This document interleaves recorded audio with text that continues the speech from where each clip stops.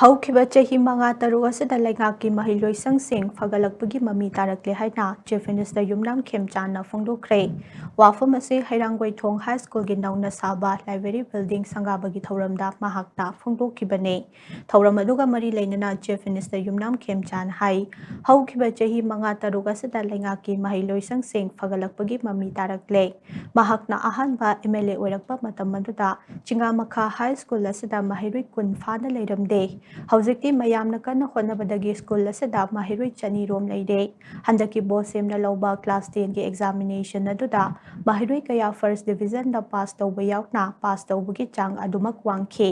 ꯐꯤꯚꯝ ꯑꯁꯤꯒ ꯆꯞ ꯃꯥꯟꯅꯅ ꯍꯩꯔꯥꯡꯒꯣꯏꯊꯣꯡ ꯍꯥꯏ ꯁ꯭ꯀꯨꯜ ꯑꯁꯤ ꯍꯥꯟꯅ ꯃꯍꯩꯔꯣꯏ ꯃꯁꯤꯡ ꯌꯥꯝꯅ ꯂꯩꯔꯝꯗꯕ ꯑꯗꯨ ꯑꯣꯖꯥꯁꯤꯡ ꯑꯃꯗꯤ ꯁ꯭ꯀꯨꯜꯒꯤ ꯃꯦꯅꯦꯖꯃꯦꯟꯠ ꯀꯃꯤꯇꯤꯅ ꯀꯟꯅ ꯍꯣꯠꯅꯕꯗꯒꯤ ꯍꯧꯖꯤꯛꯇꯤ ꯃꯍꯩꯔꯣꯏ 150 ꯔꯣꯝ ꯂꯩꯕ ꯉꯝꯂꯦ꯫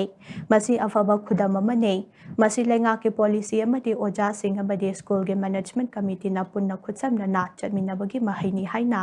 ꯃꯍꯥꯛꯅ ꯐꯣꯡꯗꯣꯛꯈꯤ꯫ ꯆꯤꯐ ꯃꯤꯅꯤꯁꯇꯔ ꯌꯨꯝꯅꯥꯝ ꯈꯦꯝꯆꯥꯟꯅ ꯃꯈꯥ ꯇꯥꯅ ꯍꯥꯏ ꯂꯩꯉꯥꯛꯀꯤ ꯁ꯭ꯀꯨꯜꯁꯤꯡ ꯑꯁꯤ ꯅꯤꯡꯊꯤꯅ ꯁꯦꯝꯒꯠ ꯁꯥꯒꯠꯇꯨꯅ ꯐꯖꯕ ꯑꯃꯗꯤ ꯑꯐꯕ ꯁ꯭ꯀꯨꯜ ꯑꯃꯃꯝ ꯑꯣꯏꯍꯟꯕ ꯆꯪꯏ꯫ ꯁ꯭ꯀꯨꯜꯒꯤ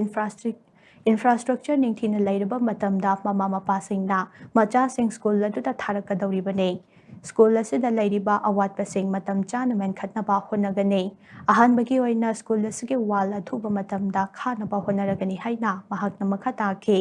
ꯉꯁꯤꯒꯤ ꯊꯧꯔꯝ ꯑꯗꯨꯗ ꯆꯤꯐ ꯃꯤꯅꯤꯁꯇꯔ ꯌꯨꯝꯅꯥꯝ ꯈꯦꯝꯆꯥꯟꯅ ꯁ꯭ꯀꯨꯜ ꯑꯁꯤꯒꯤ ꯅꯧꯅ ꯁꯥꯕ ꯂꯥꯏꯕ꯭ꯔꯦꯔꯤ ꯕꯤꯜꯗꯤꯡ ꯁꯪꯒꯥꯗꯨꯅ ꯃꯤꯌꯥꯝꯗ ꯁꯤꯟꯅꯈꯤ꯫ ꯊꯧꯔꯝ ꯑꯗꯨꯗ ꯏꯖꯨꯀꯦꯁꯟ ꯁ.ꯀꯤ ꯗꯥꯏꯔꯦꯛꯇꯔ ꯉꯥꯁꯦꯛꯄꯝ ꯚꯣꯒꯦꯟꯗ꯭ꯔ ꯃꯩꯇꯩ, ꯁ꯭ꯀꯨꯜ ꯑꯁꯤꯒꯤ ꯄ꯭ꯔꯤꯟꯁꯤꯄꯜ ꯑꯣ. ꯖꯃꯨꯅꯥꯅꯆꯤꯡꯕꯅ ꯃꯔꯨꯑꯣꯏꯕ ꯃꯤꯊꯨꯡꯂꯦꯟꯁꯤꯡ ꯑꯣꯏꯅ ꯁꯔꯨꯛ ꯌꯥꯈꯤ꯫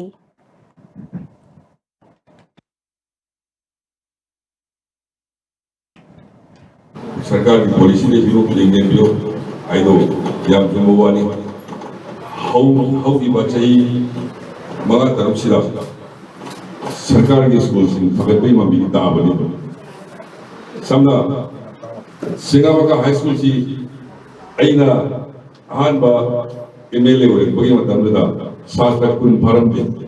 जिक सास्त्र चनी मदद रही दुगा मेट्रिक का मगा थावदा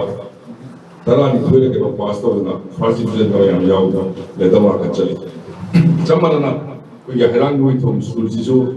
शुरू तरम में वही और दवाई में अब संगना कोई स्कूल की कमिटी से भी दरा देवजा सिंह की टैलेंट तो का करेगा मैं आऊँगा मतेंग पंग रंग सीधी साथ चामा या कई मुश्किल इसी जी सरकार की पॉलिसी तो का